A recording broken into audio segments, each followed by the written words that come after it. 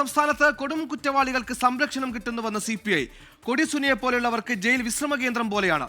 Police ഉദ്യോഗസ്ഥർ അമിത അധികാരം ഉപയോഗിക്കുന്നുവെന്നും വിമർശനമുണ്ട്. പത്തനംതിട്ട ജില്ലാ സമ്മേളനത്തിൽ അവതരിപ്പിച്ച രാഷ്ട്രീയ റിപ്പോർട്ടിലാണ് വിമർശനമുള്ളത്. AV ജയശങ്കർ പത്തനംതിട്ടയിൽ ചേർന്നു. AV ജയശങ്കർ, ഈ ജയിൽ കുറ്റവാളികൾക്ക് അമിത പ്രാധാന്യം ലഭിക്കുന്നുവെന്നും അവർക്ക് ഈ ജയിലൊക്കെ വിശ്രമ കേന്ദ്രമാണെന്ന് പറയുന്ന ഘട്ടത്തിൽ ഒരുപാട് ആരോപണങ്ങൾ വരുന്ന സമയം കൂടിയാണ്. പ്രത്യേകിച്ച് കൊടിസുനിയുടെ പരസ്യ മദ്യപാനം, ജയിലിലെ മൊബൈൽ ഫോൺ ഉപയോഗം, ഇത് പരോക്ഷമായി വിമർശിക്കുന്ന CPIM-നെ തന്നെയല്ലേ? വിവരങ്ങൾ.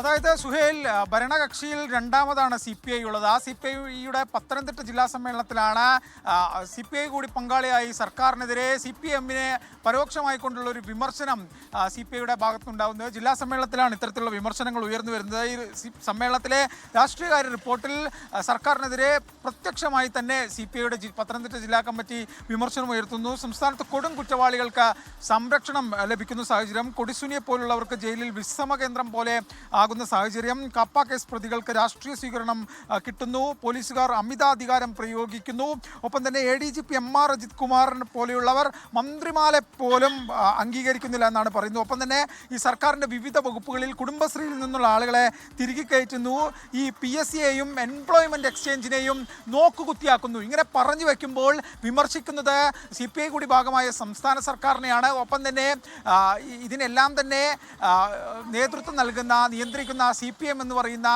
LDF-ലെ ഒന്നാം കക്ഷിയെ കൂടിയാണ് ഈ റിപ്പോർട്ട്, രാഷ്ട്രീയകാര്യ റിപ്പോർട്ടിലൂടെ CPIയുടെ പത്തനംതിട്ട ജില്ലാ സമ്മേളനം വിമർശിക്കുന്നതെന്ന് വ്യക്തമാണ്. കാരണം ഈ വർഷം രണ്ടാം തുടർ ഭരണം അത് അവസാന ഘട്ടത്തിലേക്ക് എത്തുമ്പോൾ CPIക്കുള്ളിൽ ഈ സർക്കാരിനെതിരെ വലിയ തോതിലുള്ള അമർഷം, രോഷമുണ്ട് എന്ന കാര്യം വ്യക്തമാവുന്ന ഒരു രാഷ്ട്രീയ റിപ്പോർട്ടാണ് എന്തായാലും പുറത്തു വന്നിരിക്കുന്നത്. എങ്ങനെ ഈ നേതൃത്വം, സംസ്ഥാന നേതൃത്വം, ഔദ്യോഗിക പക്ഷം എങ്ങനെ ഈ വിമർശനങ്ങളെ അല്ലെങ്കിൽ ഈ കാര്യങ്ങളെ കാണും, ഇതിനോട് എങ്ങനെ മറുപടി പറയും ഉൾപ്പെടെയുള്ള കാര്യങ്ങൾ എന്തായാലും നോക്കിയതുണ്ട്.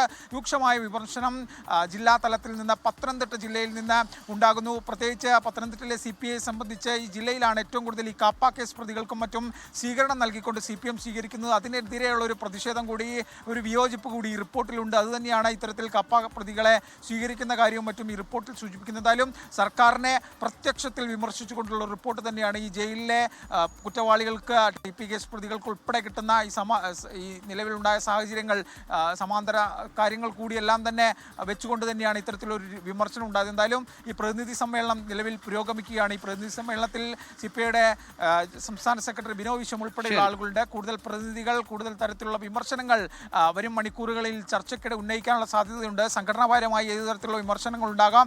ഒപ്പം തന്നെ സർക്കാരിനെതിരെ, CPM-നെതിരെയൊക്കെ തന്നെ വിമർശനത്തിലുള്ള സാധ്യതകളുണ്ട്. എന്തായാലും അതിൻ്റെ വിവരങ്ങൾ വരും മണിക്കൂറിലാണ് ലഭിക്കുക. എന്തായാലും നിലവിൽ ഈ രാഷ്ട്രീയ റിപ്പോർട്ട് പുറത്തു വരുമ്പോൾ ആ റിപ്പോർട്ടിൽ പ്രത്യക്ഷമായി തന്നെ സർക്കാരിനെ CPIയുടെ പത്തനംതിട്ട ഘടകം വിമർശിക്കുന്നു. അത്തരം കാര്യങ്ങളാണ് ഈ റിപ്പോർട്ടിൽ നിന്ന് നമുക്ക് നിലവിൽ മനസ്സിലാക്കുന്നത്.